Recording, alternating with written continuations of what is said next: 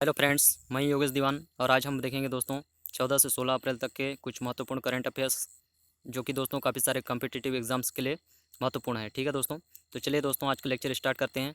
और lecture start करने से पहले अभी तक आपने मेरे इस चैनल को सब्सक्राइब नहीं किए हैं तो प्लीज़ सब्सक्राइब कर लीजिएगा ताकि मुझसे रिलेटेड जो भी अपडेट्स हैं आपको टाइम टू टाइम मिलता रहे। ठीक है दोस्तों, तो चलिए दोस्तों स्टार्ट करते हैं आज का लेक्चर। तो हमारा फर्स्ट क्वेश्चन है दोस्तों आज का, तो देखते हैं दोस्तों। किस देश ने हाल ही में अपने राष्ट्रीय परमाणु प्रौद्योगिकी दिवस को चिन्हित करने के लिए नतांज परमाणु संयंत्र में उन्नत परमाणु केंद्र का शुभारंभ किया? ठीक है दोस्तों, तो यह हमारा पहला क्वेश्चन है आज का। तो दोस्तों इसके लिए हमारे पास ऑप्शंस हैं। ऑप्शन ए है ईरान, ऑप्शन बी है भारत, ऑप्शन सी है फ्रांस, ऑप्शन डी है चीन। तो दोस्तों इसका राइट आंसर बताएंगे। तो इसका राइट आंसर है दोस्तों हमारे पास ऑप्शन ए। तो दोस्तों ऑप्शन ए क्या है? ईरान। ठीक है दोस्तों, तो दोस्तों ईरान जो है अपने राष्ट्रीय परमाणु प्रौद्योगिकी दिवस को चिन्हित करने के लिए नतांज परमाणु संयंत्र में उन्नत परमाणु केंद्र का शुभारंभ किया है। ठीक है दोस्तों, इसके बारे में कुछ डिटेल से देख लेते हैं। तो दोस्तों हाल ही में ईरान ने अपने राष्ट्रीय परमाणु प्रौद्योगिकी दिवस को चिन्हित करने के लिए नतांज परमाणु संयंत्र में उन्नत परमाणु केंद्र का शुभारंभ किया। ठीक है दोस्तों, दिवस के बारे में 10 अप्रैल 2021 को ईरान ने परमाणु प्रौद्योगिकी पर अपना राष्ट्रीय दिवस मनाया। तो दोस्तों इस प्रकार से याद रख सकते हैं क्या है, 10 अप्रैल को जो है ईरान का राष्ट्रीय परमाणु प्रौद्योगिकी दिवस है। ठीक है दोस्तों, ईरान ने कई परमाणु स्थलों पर समारोह आयोजित किए गए और समारोह के एक हिस्से के रूप में ईरान ने IR-6 सेंट्रीफ्यूजेस का संचालन शुरू किया। ईरान ने IR-9S और IR-9-1B सेंट्रीफ्यूजेस के पहले प्रोटोटाइप की असेंबली का भी अनावरण किया। ठीक है दोस्तों, तो इस प्रकार से आप याद रख सकते हैं। नेक्स्ट देखते हैं दोस्तों, आहार क्रांति नाम के एक नए मिशन का आदर्श वाक्य क्या है? ठीक है दोस्तों, आहार क्रांति नाम के एक नए मिशन का आदर्श वाक्य क्या है? ठीक है दोस्तों, इसका सही आंसर बताएंगे। तो हमारे पास ऑप्शन है दोस्तों। ऑप्शन ए है उत्तम आहार उत्तम विचार। ठीक है दोस्तों, और बी है हमारे कार्य हमारा भविष्य। सी है बढ़ो पोषित रहो एक साथ रहो, और डी है दोस्तों जीरो हंगर वर्ल्ड। ठीक है दोस्तों, तो इसका राइट आंसर बताएंगे दोस्तों। आहार क्रांति नाम के एक नए मिशन का आदर्श वाक्य क्या है? ठीक है दोस्तों, तो इसका राइट आंसर है दोस्तों हमारे पास ऑप्शन ए। ठीक है दोस्तों, ऑप्शन ए में है दोस्तों उत्तम आहार उत्तम विचार। ठीक है दोस्तों, तो इसका राइट आंसर है उत्तम आहार उत्तम विचार। ठीक है, तो इसका देख लेते हैं दोस्तों डिटेल से। हाल ही में केंद्रीय स्वास्थ्य मंत्री डॉक्टर हर्षवर्धन द्वारा आहार क्रांति नाम का एक नए मिशन की शुरुआत किया गया था। ठीक है, आहार क्रांति मिशन का उद्देश्य भूख और बीमारियों की समस्या को दूर करना है। ठीक है दोस्तों, इस प्रकार से याद रख सकते हैं कि इसका मिशन का उद्देश्य क्या है, भूख और बीमारियों की समस्या को दूर करना है। ठीक है दोस्तों, आहार क्रांति मिशन का लक्ष्य पोषक संतुलित आहार की जरूरत और सभी स्थानीय फलों और सब्जियों तक पहुंच कायम करने की जरूरत को समझना है।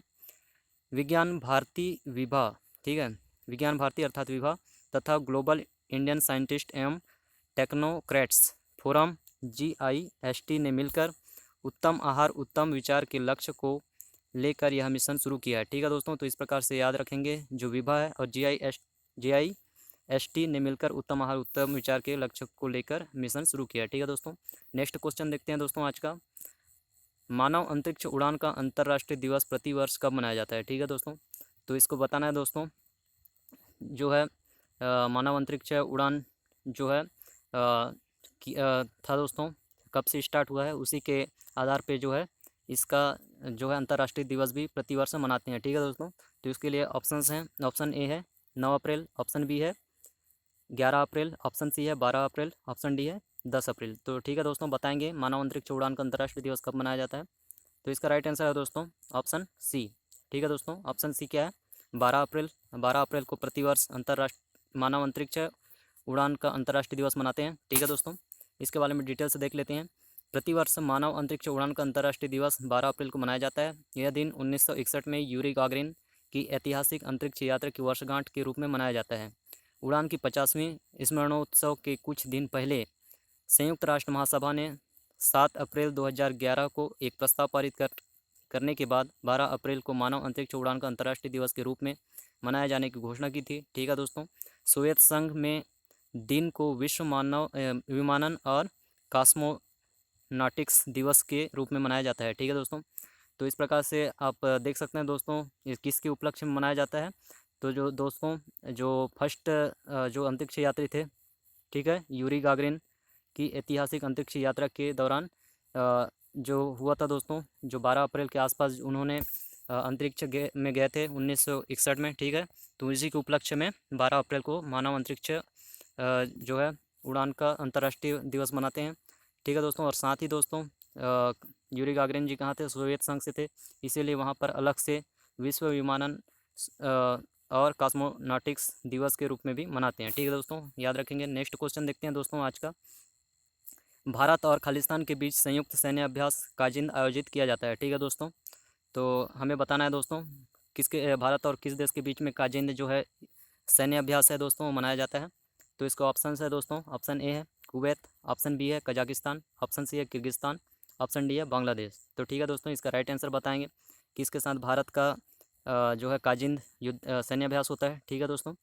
तो इसका राइट आंसर है दोस्तों कजाकिस्तान, ठीक है। तो कजाकिस्तान और भारत के बीच में जो है दोस्तों काजिंद सैन्य अभ्यास होता है, ठीक है दोस्तों। इसको याद रखेंगे, ये जो है सैन्य अभ्यास है जो कि नौसेना अभ्यास नहीं है, ठीक है। तो आगे देखते हैं दोस्तों इसके बारे में डिटेल से। भारत और कजाकिस्तान के बीच संयुक्त सैन्य अभ्यास काजिंद आयोजित किया जाता है। अभ्यास के दौरान दो राष्ट्रों की सेनाओं ने विभिन्न प्रति विद्रोह और आतंकवाद रोधी अभियानों के नेतृत्व के दौरान प्राप्त अपने अनुभवों को साझा किया, ठीक है दोस्तों। इस प्रकार से आप देख सकते हैं किस किस के क्षेत्र में उन्होंने जो है अभ्यास किया है दोस्तों। तो आतंकवाद रोधी, ठीक है, और दोस्तों विभिन्न प्रति विद्रोह, ठीक है दोस्तों, जो भी अटैक वगैरह होते हैं उससे रिलेटेड जो है इस प्रकार से उन्होंने जो है रणनीति अपनाकर अभ्यास किया है, ठीक है दोस्तों। और दोस्तों आगे देखेंगे समाचारों में क्यों था। हाल ही में भारत के रक्षा मंत्री राजनाथ सिंह ने नई दिल्ली में कजाकिस्तान गणराज्य के रक्षा मंत्री लेफ्टिनेंट जनरल नूरलान येरमेकबायेव के साथ द्विपक्षीय वार्ता की। दोनों मंत्रियों ने इसके अलावा वार्षिक संयुक्त सैन्य अभ्यास काजिंद का सशक्त रूप से मूल्यांकन किया, ठीक है दोस्तों, ताकि इसमें जो भी बदलाव या फिर क्या कमी है उसके लिए और आगे रणनीति बनाए, ठीक है दोस्तों। आगे देखते हैं दोस्तों, नेक्स्ट क्वेश्चन है हमारा, किसको दूसरे सर्वोच्च फ्रांसीसी नागरिक सम्मान से सम्मानित किया गया है, ठीक है दोस्तों, जिसे honour of the knight of the order of arts and letters का सम्मान कहा जाता है, ठीक है दोस्तों। तो फ्रांस का दोस्तों दूसरा सर्वोच्च सम्मान है जो कि आर्ट्स और जो भी है दोस्तों आर्ट्स वगैरह के क्षेत्र में दिया जाता है, ठीक है। तो उसका सही आंसर बताना है। ऑप्शन हैं दोस्तों, ऑप्शन ए है गुनीत मोंगा, ऑप्शन बी है अरुण रंगाचारी, ऑप्शन सी है अनुराग कश्यप, ऑप्शन डी है विक्रमादित्य मोटवाने, ठीक है दोस्तों। इसका राइट आंसर बताएंगे। तो इसका राइट आंसर है दोस्तों गुनीत मोंगा जी, ठीक है। तो इसके बारे में डिटेल से देख लेते हैं दोस्तों क्यों दिया गया है। प्रसिद्ध फिल्म निर्माता गुनीत मोंगा को दूसरा सर्वोच्च फ्रांसीसी नागरिक सम्मान honour of the knight of the order of arts and letters से सम्मानित किया गया है। उन्हें 13 अप्रैल 2021 को फ्रांस के राजदूतों की ओर से भारत में फ्रांस के राजदूत द्वारा सम्मानित किया जाएगा, ठीक है दोस्तों। एक निर्माता के रूप में गुनीत के पास समीक्षकों द्वारा प्रशंसित कई फिल्में हैं, ठीक है दोस्तों, जो कि काफ़ी सराहनीय फिल्में दी हैं दोस्तों। उनके सूची में है दोस्तों मासान, लंच बॉक्स, हरामखोर, पेडलर्स, ऑस्कर विजेता लघु फिल्म वृत्तचित, अन्य में से है पीरियड एंड ऑफ सेंटेंस। तो इस प्रकार से देख सकते हैं दोस्तों जो है पिछले टाइम क्या है पीरियड्स एंड ऑफ सेंटेंस को जो है ऑस्कर के लिए दोस्तों लघु फिल्म वृत्तचित्र के लिए दिया गया था, ठीक है। इस प्रकार से काफ़ी अच्छे अच्छे फिल्म दिए हैं दोस्तों गुनीत मोंगा जी, इसलिए उनको जो है फ्रांस का दूसरा सर्वोच्च सम्मान दिया गया था, ठीक है। नेक्स्ट क्वेश्चन देखेंगे, हाल ही में समाचारों में देखी गई चिल्का झील कहाँ स्थित है, ठीक है दोस्तों। इसका ऑप्शंस हैं, ऑप्शन ए है छत्तीसगढ़, ऑप्शन बी है पश्चिम बंगाल, ऑप्शन सी है उड़ीसा, ऑप्शन डी है जम्मू और कश्मीर, ठीक है दोस्तों। राइट आंसर बताएंगे। तो इसका राइट आंसर है दोस्तों ऑप्शन सी ओडिशा, ठीक है दोस्तों, ओडिशा में है चिल्का झील। डिटेल देख लेते हैं दोस्तों क्यों खबर में था। चिल्का झील एक खारा पानी का लैगून है, ठीक है दोस्तों। लैगून जिसका अर्थ है दोस्तों सभी तरफ से जो है भूमि से घिरा रहता है, लेकिन एक साइड से जो है दोस्तों क्या समुद्र से लगा होता है, ठीक है। तो इस प्रकार से लैगून झील है और खारा है जो ओडिशा की पूरी खुर्दा और गंजाम जिलों में फैली है, ठीक है दोस्तों। इस प्रकार से याद रख सकते हैं। अगर आप ओडिशा से हैं तो काफ़ी महत्वपूर्ण हो जाता है आपके लिए, ठीक है। तो समाचार में क्यों था दोस्तों, हाल ही में ओडिशा सरकार ने डॉल्फिन गणना संबंधी अंतिम आंकड़े जारी किए गए, ठीक है दोस्तों। भारत में खारे पानी की सबसे बड़ी झील है और साथ ही दोस्तों ओडिशा तट पर अवस्थित है। चिल्का झील में डॉल्फिनों की आबादी और पिछले साल की तुलना में इस वर्ष दोगुनी हो गई है, ठीक है दोस्तों। तो डॉल्फिन का जो है गणना किया गया था दोस्तों, तो उसमें डबल होने की बात कहा जा रहा है, ठीक है। और इस गणना के दौरान डॉल्फिन की 3 प्रजातियां इरावदी, बॉटल नोज तथा हम्पबैक डॉल्फिन की संख्या 544 दर्ज की गई, जबकि पिछले वर्ष इसकी कुल संख्या मात्र 233 था। ठीक है दोस्तों, इस प्रकार से हमारे पर्यावरण के लिए काफ़ी महत्वपूर्ण हो जाता है दोस्तों, इसकी संख्या में जो है बढ़ोतरी हुआ है। ठीक है दोस्तों, इस प्रकार से यहाँ पर संरक्षण का कार्य हो रहा है। ठीक है दोस्तों, तो इस प्रकार से काफ़ी महत्वपूर्ण है, याद रखेंगे। नेक्स्ट क्वेश्चन देखते हैं दोस्तों। राष्ट्रीय सुपर कंप्यूटिंग मिशन अर्थात NSM के संबंध में निम्नलिखित कथनों पर विचार करें। ठीक है दोस्तों, हमारे पास कथन दिए गए हैं राष्ट्रीय सुपर कंप्यूटिंग मिशन के बारे में, तो उसका सही गलत जो भी है दोस्तों बताएंगे आप। तो फर्स्ट है दोस्तों कथन, 2018 में राष्ट्रीय सुपर कंप्यूटिंग मिशन की घोषणा की गई थी। ठीक है दोस्तों, राइट है या नहीं। अब सेकंड है दोस्तों कथन, यह संयुक्त रूप से इलेक्ट्रॉनिक्स और सूचना प्रौद्योगिकी मंत्रालय और विज्ञान और प्रौद्योगिकी विभाग द्वारा संचालित है। ठीक है दोस्तों, तो राइट आंसर बताना है कौन राइट है। ठीक है दोस्तों, सॉरी यहाँ पर सत्य नहीं है पूछ रहा है दोस्तों। ठीक है, इन दोनों कथन में से कौन सा सत्य नहीं है, ठीक है, ये बताना है आपको, सत्य नहीं बताना है। तो हमारे पास ऑप्शन है दोस्तों, ऑप्शन ए है केवल एक, ऑप्शन बी है केवल दो, ऑप्शन सी है ए और दो दोनों, ए और बी। ठीक है दोस्तों, दोनों, और डी है इनमें से कोई नहीं। ठीक है दोस्तों, तो इसका राइट आंसर बताएंगे दोस्तों। तो इसका राइट आंसर है ऑप्शन ए। ठीक है दोस्तों, केवल एक गलत है। ठीक है दोस्तों, एक में क्या बोला गया है दोस्तों, 2018 में राष्ट्रीय सुपर कंप्यूटिंग मिशन की घोषणा हुई थी, की गई थी। ठीक है दोस्तों, तो ये गलत है दोस्तों। तो कब किया गया था राष्ट्रीय सुपर कंप्यूटिंग मिशन की घोषणा, यह दोस्तों 2015। ठीक है दोस्तों, इसके बारे में डिटेल से देख लेते हैं। ठीक है,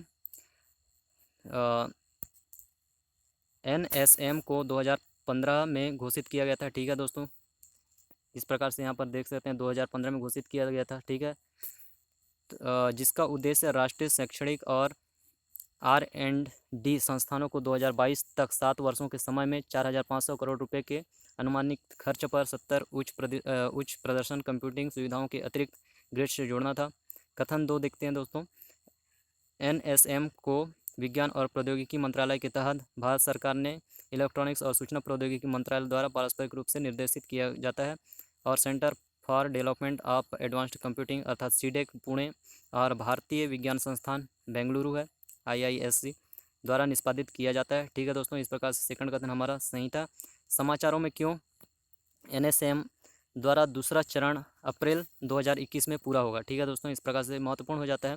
इसका जो दूसरा चरण था 2021 में पूरा होने जा रहा है। इससे देश में सुपर कंप्यूटर नेटवर्क की स्पीड बढ़कर 16 पेटाफ्लॉप्स पर पहुंच जाएगा। ठीक है दोस्तों, तो सुपर कंप्यूटर के लिए काफ़ी इंपॉर्टेंट है, जो इसका स्पीड बढ़कर 16 पेटाफ्लॉप तक पहुंच जाएगा। ठीक है दोस्तों, नेक्स्ट क्वेश्चन देखते हैं आज का।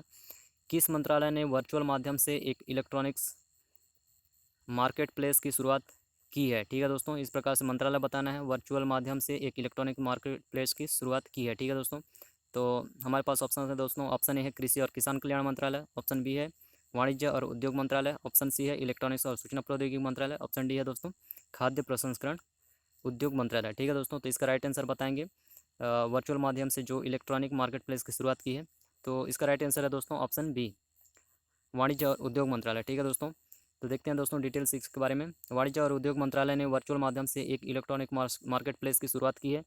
श्री पीयूष गोयल ने वर्चुअल माध्यम से जल कृषकों और खरीदारों को जोड़ने को लेकर एक मंच प्रदान करने के लिए एक इलेक्ट्रॉनिक मार्केट प्लेस ई सांता की शुरुआत की है। ठीक है दोस्तों, इसका नाम याद रखेंगे क्या है, ई सांता के नाम से है। ठीक है, महत्व क्यों है दोस्तों, इसको देखते हैं। यह किसानों को बेहतर मूल्य प्राप्त करने में सक्षम बनाएगा। ठीक है, इसके अलावा इससे पता लगाने की क्षमता में भी वृद्धि होगी। ठीक है दोस्तों, कि कौन सी चीज़ कहाँ मिल रहा है। ठीक है दोस्तों, कौन सा जो भी प्रोडक्ट है उसके लिए लेन देन जो भी होगा उसके बारे में पता लग जाएगा, जिससे निर्यातक सीधे किसानों से गुणवत्तापूर्ण उत्पादों को खरीद कर सकेंगे। ठीक है दोस्तों, अंतर्राष्ट्रीय व्यापार में पता लगाने की क्षमता एक महत्वपूर्ण कारक है। ठीक है दोस्तों, इस प्रकार से काफ़ी इंपॉर्टेंट हो जाता है। ठीक है, तो नेक्स्ट देखेंगे दोस्तों, आज का जो है क्वेश्चन है, निम्नलिखित में से किस संगठन ने स्वास्थ्य और पोषण पर राष्ट्रीय डिजिटल कोष अर्थात पोषण ज्ञान लॉन्च किया है। ठीक है दोस्तों, तो इसका राइट आंसर बताना है, पोषण ज्ञान नाम से है। ठीक है, तो इसका राइट जो ऑप्शन है दोस्तों, ऑप्शन ए है नीति आयोग, ऑप्शन बी है बिल और Melinda Gates Foundation, option C है सामाजिक और व्यवहार परिवर्तन केंद्र अशोक विश्वविद्यालय, और डी है दोस्तों उपरोक्त सभी। ठीक है दोस्तों, तो राइट आंसर बताना है कि किस संगठन ने स्वास्थ्य और पोषण पर राष्ट्रीय डिजिटल कोष पोषण ज्ञान को लॉन्च किया था। ठीक है दोस्तों, तो इसका राइट आंसर है दोस्तों ऑप्शन डी, ठीक है, option D is right answer, ठीक है। तो इसके बारे में डिटेल से देख लेते हैं दोस्तों। हाल ही में नीति आयोग ने बिल और मेलिंडा गेट्स फाउंडेशन तथा सामाजिक एवं व्यवहार परिवर्तन केंद्र अशोका यूनिवर्सिटी के साथ साझेदारी में स्वास्थ्य और पोषण पर आधारित एक राष्ट्रीय डिजिटल कोर्स पोषण ज्ञान की शुरुआत की। पोषण ज्ञान के बारे में देखते हैं दोस्तों, क्या है पोषण ज्ञान। अ, पोषण ज्ञान डिजिटल कोर्स को एक संसाधन के रूप में अवधारणाबद्ध किया गया, जिसे विभिन्न भाषाओं, स्वास्थ्य प्रकारों, लक्षित उपयोगकर्ताओं और स्रोतों में स्वास्थ्य एवं पोषण के 14 विषयगत क्षेत्रों पर संचार सामग्री की खोज के लिए सक्षम किया गया है, ठीक है दोस्तों। इस प्रकार से 14 विषयगत क्षेत्रों पर क्या है, सामग्री की खोज के लिए सक्षमबद्ध किया गया है, तो इस प्रकार से याद रख सकते हैं, ठीक है, जो कि क्या है, स्वास्थ्य एवं पोषण से रिलेटेड है, ठीक है दोस्तों। नेक्स्ट देखते हैं, हाल ही में समाचारों में देखा गया फुकुशिमा दाइची परमाणु ऊर्जा संयंत्र कहाँ स्थित है, ठीक है दोस्तों। तो इसका राइट आंसर बताएंगे, जो है फुकुशिमा दाइची परमाणु ऊर्जा संयंत्र है, जो कि हाल ही में बहुत ही जो है दोस्तों क्या है न्यूज़ में था, ठीक है। इसका राइट आंसर बताएंगे दोस्तों। ऑप्शन है, ऑप्शन ए है उत्तर कोरिया, ऑप्शन बी है जापान, ऑप्शन सी है दक्षिण कोरिया, ऑप्शन डी है चीन। तो दोस्तों बताएंगे फुकुशिमा दाइची जो है परमाणु ऊर्जा संयंत्र कहाँ पर स्थित है। तो इसका राइट आंसर है दोस्तों हमारे पास ऑप्शन बी, ठीक है दोस्तों, ऑप्शन बी है। तो क्यों चर्चा में है दोस्तों, इसको देखते हैं। यह एक बिगड़ा हुआ परमाणु ऊर्जा संयंत्र है जो जापान के फुकुशिमा डोमेन में उमा कुमा और फुताबा के शहरों में एक 3.5 वर्ग किलोमीटर की दूरी पर स्थित है, ठीक है दोस्तों, काफ़ी बड़ा है, ठीक है। समाचारों में क्यों था, जापान सरकार ने नष्ट हो चुके फुकुशिमा परमाणु संयंत्र के 10 लाख टन से अधिक रेडियोधर्मी पानी को समुद्र में छोड़ने की योजना को मंजूरी दे दी है, ठीक है दोस्तों। तो इस प्रकार से दोस्तों इसको क्या है इसके जो भी पानी है उसको समुद्र में छोड़ने के लिए जो है मंजूरी दे दी है, ठीक है दोस्तों। पानी की पहली रिलीज लगभग 2 वर्षों में होगी, जिससे plant operator Tokyo electronic power को सुरक्षित आइसोटोप को खत्म करने, बुनियादी ढांचे का निर्माण करने और नियामक अनुमोदन प्राप्त करने के लिए पानी को अलग करने का समय मिल जाएगा, ठीक है दोस्तों। तो इसके लिए ड्यूरेशन कितना रखा गया है दोस्तों, 2 साल के अंतर्गत में इनको उसको रिलीज करना है, इस टाइप से बोला गया है। और दोस्तों ये क्या है पर्यावरण की दृष्टि से काफ़ी इंपॉर्टेंट है दोस्तों, क्योंकि बहुत सारा हजार्डस है दोस्तों, क्योंकि एक परमाणु संयंत्र को पानी में अच्छे से ट्रीटमेंट करके छोड़ते हैं तब ठीक है, वरना क्या है काफ़ी हजार्डस है दोस्तों, ठीक है, बहुत ही खतरनाक है, ठीक है। इस प्रकार से याद रखेंगे दोस्तों, जो है फुकुशिमा दाइची कहाँ पर स्थित है, जापान में, ठीक है दोस्तों। नेक्स्ट क्वेश्चन देखते हैं आज का। निम्नलिखित में से किस देश ने व्यापार और आर्थिक सहयोग के लिए मध्य एशिया नामक एक अंतर्राष्ट्रीय केंद्र शुरू किया है, ठीक है दोस्तों। तो इसका राइट आंसर बताएंगे।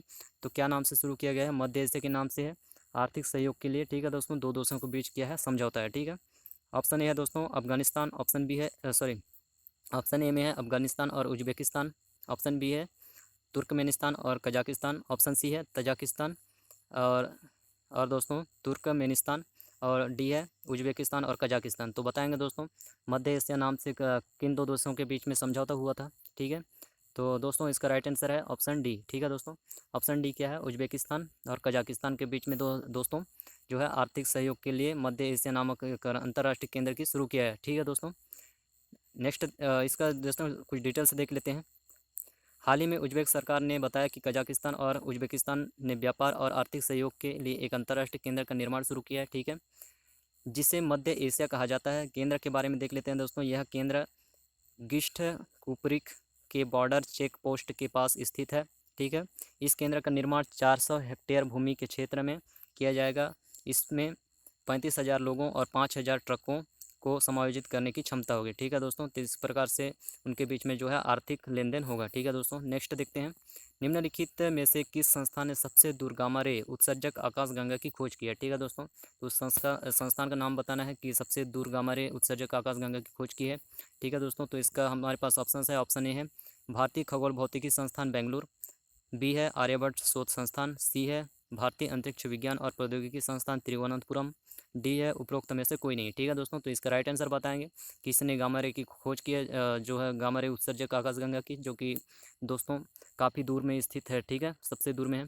तो इसका राइट आंसर है दोस्तों हमारे पास, तो इसका राइट आंसर है ऑप्शन बी, ठीक है दोस्तों, आर्यभट्ट शोध संस्थान, ठीक है दोस्तों। इसके बारे में डिटेल से देख लेते हैं। आर्यभट्ट रिसर्च इंस्टीट्यूट ने खगोल वैज्ञानिकों ने, ठीक है, आर्यभट्ट रिसर्च इंस्टीट्यूट के जो है खगोल वैज्ञानिकों ने एक नई सक्रिय आकाशगंगा का पता लगाया है। इसकी पहचान सुदूर गामा रे उत्सर्जक आकाशगंगा के रूप में की गई है, ठीक है दोस्तों। इस सक्रिय आकाशगंगा को नेरो लाइन सीफर्ट 1 या फिर शॉर्ट में NLS-1 गैलेक्सी कहा जाता है। यह अद्वितीय है और इस बिंदु तक पाए गए अन्य NLS-1 में 1 से अलग है। ठीक है, NLS-1 के बारे में जो देखते हैं दोस्तों, तो ये क्या है, यह लगभग 31 बिलियन प्रकाश वर्ष पीछे है। ठीक है, आकाशगंगा एक उच्च रेडियो शिफ्ट पर स्थित है। रेडियो शिफ्टेड आकाशगंगाएं वे आकाशगंगाएं हैं जो लंबी तरंग दैर्घ्य को उत्सर्जित करती हैं। ठीक है दोस्तों, इस प्रकार से लंबी तरंग दैर्घ्य उत्सर्जित करने वाले होते हैं। ठीक है दोस्तों, याद रखेंगे, काफ़ी इंपॉर्टेंट है। ठीक है, तो नेक्स्ट देखते हैं दोस्तों आज का जो क्वेश्चन है, निम्नलिखित में से किसने भारत ऊर्जा डैशबोर्ड संस्करण 2.0 लॉन्च किया है। ठीक है दोस्तों, तो उस संस्था का नाम बताना है दोस्तों, उस बोर्ड का। ठीक है, किसने भारत ऊर्जा डैशबोर्ड संस्करण 2.0 लॉन्च किया है। ठीक है दोस्तों, तो इसके लिए ऑप्शन है, ऑप्शन ए है राष्ट्रीय डेयरी विकास बोर्ड, ऑप्शन बी है हिंदुस्तान एंटीबायोटिक्स, सी है नीति आयोग, और डी है दोस्तों भारतीय कृषि अनुसंधान परिषद। ठीक है दोस्तों, तो इसका राइट आंसर बताएंगे दोस्तों। ठीक है, तो इसका राइट आंसर है दोस्तों, राइट आंसर देख लेते हैं, तो इसका राइट आंसर है ऑप्शन सी। ठीक है दोस्तों, नीति आयोग, नीति आयोग ने भारत ऊर्जा डैशबोर्ड संस्करण 2.0 लॉन्च किया है। ठीक है दोस्तों, इसके बारे में डिटेल से देख लेते हैं। तो नीति आयोग ने हाल ही में भारत ऊर्जा डैशबोर्ड संस्करण 2.0 लॉन्च किया है। भारत ऊर्जा डैशबोर्ड IED देश की ऊर्जा से जुड़े आंकड़ों के लिए एकल खिड़की का माध्यम है। नीति आयोग ने इसके पहले संस्करण की शुरुआत मई 2017 में की थी। महत्व देखते हैं दोस्तों, इसका महत्व क्या है। यह पेट्रोलियम और प्राकृतिक गैस मंत्रालय, केंद्रीय विद्युत प्राधिकरण और कोयला नियंत्रक संगठन से डेटा प्रदान करेगा। ठीक है दोस्तों, इस प्रकार से इंपॉर्टेंट हो जाता है। भारत एनर्जी डैशबोर्ड का नया संस्करण वित्त वर्ष 2005-6 से वित्त वर्ष 2019-20 के आंकड़े उपलब्ध कराता है। ठीक है दोस्तों, एनहेंस्ड डेटा डाउनलोड, इसमें जो है उपयोगकर्ता द्वारा डाउनलोड किए जाने वाले डाटा शीट को और सुव्यवस्थित तथा सुलभ बनाया गया है। ठीक है दोस्तों, इस प्रकार से इसके द्वारा जो है दोस्तों नीति आयोग के द्वारा जो है स्टार्ट किया गया है। ठीक है दोस्तों, तो नेक्स्ट देखते हैं दोस्तों आज का जो क्वेश्चन है, हाल ही में समाचारों में देखा गया 1721 में जो है दोस्तों, वर्ष 1721 में है, अतिंगल विद्रोह सबसे पहले कहाँ हुआ था। ठीक है दोस्तों, इसका राइट आंसर बताएंगे, समाचारों में था काफ़ी। ठीक है, तो ऑप्शन ए है दोस्तों मालाबार, ऑप्शन बी है कोचीन, ऑप्शन सी है त्रावणकोर, ऑप्शन डी है उपरोक्त सभी। ठीक है दोस्तों, बताना है 1721 में अतिंगल विद्रोह सबसे पहले कहाँ हुआ था। ठीक है दोस्तों, तो इसका राइट आंसर है दोस्तों ऑप्शन डी उपरोक्त सभी। ठीक है दोस्तों, उपरोक्त सभी में हुआ था अतिंगल विद्रोह। ठीक है, इसके बारे में डिटेल से देख लेते हैं क्यों चर्चा में था। अतिंगल विद्रोह अंजेंगो विद्रोह अक्टूबर 1721 में मूल भारतीयों द्वारा 140 ईस्ट इंडिया कंपनी के सैनिकों के नरसंहार और फोर्ट अंजेंगो की निम्नलिखित घेराबंदी को संदर्भित किया गया है। अतिंगल विद्रोह को अक्सर मालाबार, कोचीन और त्रावणकोर में ब्रिटिश प्राधिकरण के खिलाफ पहले समन्वित विद्रोह के रूप में देखा जाता है।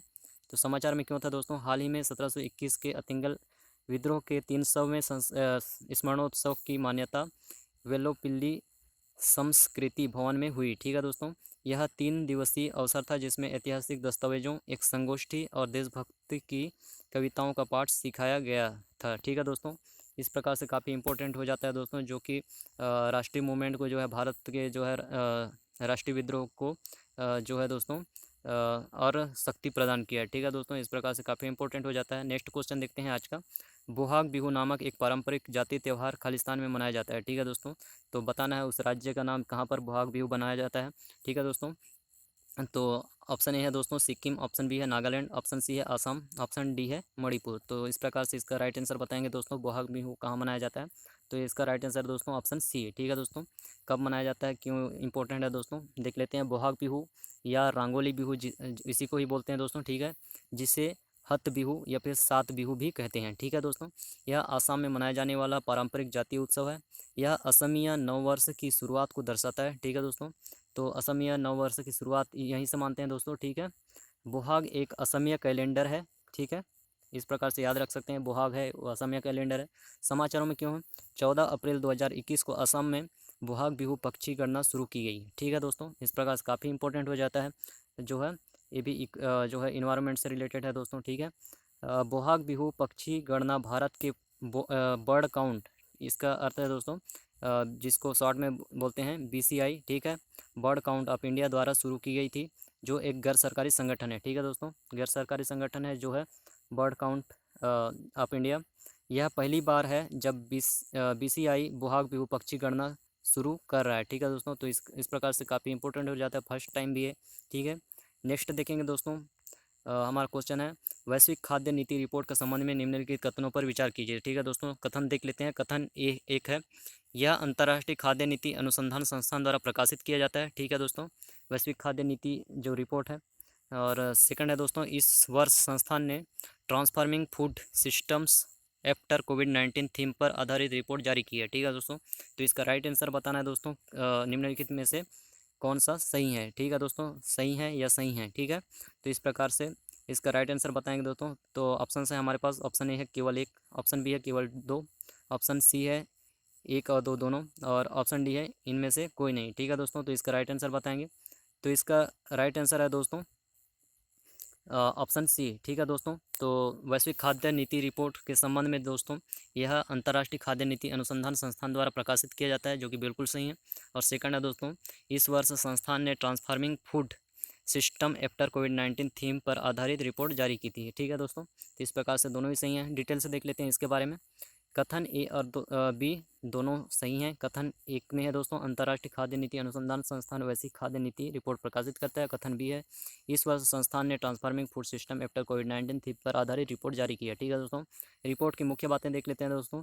कई घरों में महंगे पौष्टिक खाद्य पदार्थ जैसे फलों और सब्जियों के स्थान पर सस्ते प्रधान खाद्य पदार्थों का उपयोग शुरू हुआ है। ठीक है दोस्तों, भारत का मध्याह्न भोजन कार्यक्रम, जिसमें देश के 80% प्राथमिक स्कूल बच्चे शामिल हैं। ठीक है दोस्तों, और कोविड-19 लॉकडाउन के कारण प्रभावित हुआ है। भारत में 50% परिवारों ने बताया कि महिलाओं ने पिछले वर्ष की तुलना में जलाऊ लकड़ी और पानी लाने में अधिक समय बिताया। ठीक है दोस्तों, इस प्रकार से काफ़ी इंपॉर्टेंट है दोस्तों। और आप जानते हैं कोविड-19 के दौरान काफ़ी लोगों को जो है, खासकर जो गरीब परिवार हैं, उनको बहुत ज़्यादा दिक्कतें सामना करना पड़ता है इसके लिए दोस्तों। ठीक है, इस प्रकार से याद रखेंगे। नेक्स्ट देखते हैं दोस्तों। नेक्स्ट क्वेश्चन है आज का हमारा, तो सॉरी दोस्तों, मतलब ये हमारा आज का लास्ट क्वेश्चन था। ठीक है दोस्तों, इस प्रकार से हम देख चुके हैं आज का हमारा 16 टोटल जो क्वेश्चन की संख्या है दोस्तों 16 था। ठीक है, और आई होप कि दोस्तों मेरा ये लेक्चर आप लोगों को पसंद आया होगा। ठीक है दोस्तों, अगर पसंद आता है तो प्लीज़ लाइक शेयर कमेंट करते रहिएगा। ठीक है, और साथ ही दोस्तों अभी तक आपने मेरे इस चैनल को सब्सक्राइब नहीं किया है दोस्तों, तो सब्सक्राइब कर लीजिए। ठीक है, ताकि मुझसे रिलेटेड जो भी अपडेट्स है दोस्तों आपको टाइम टू टाइम मिलते रहे। ठीक है, और साथ ही दोस्तों आज के लिए इतना ही। नेक्स्ट मिलते हैं नेक्स्ट लेक्चर में। ठीक है, और आप सभी को मेरे तरफ से धन्यवाद और जय हिंद।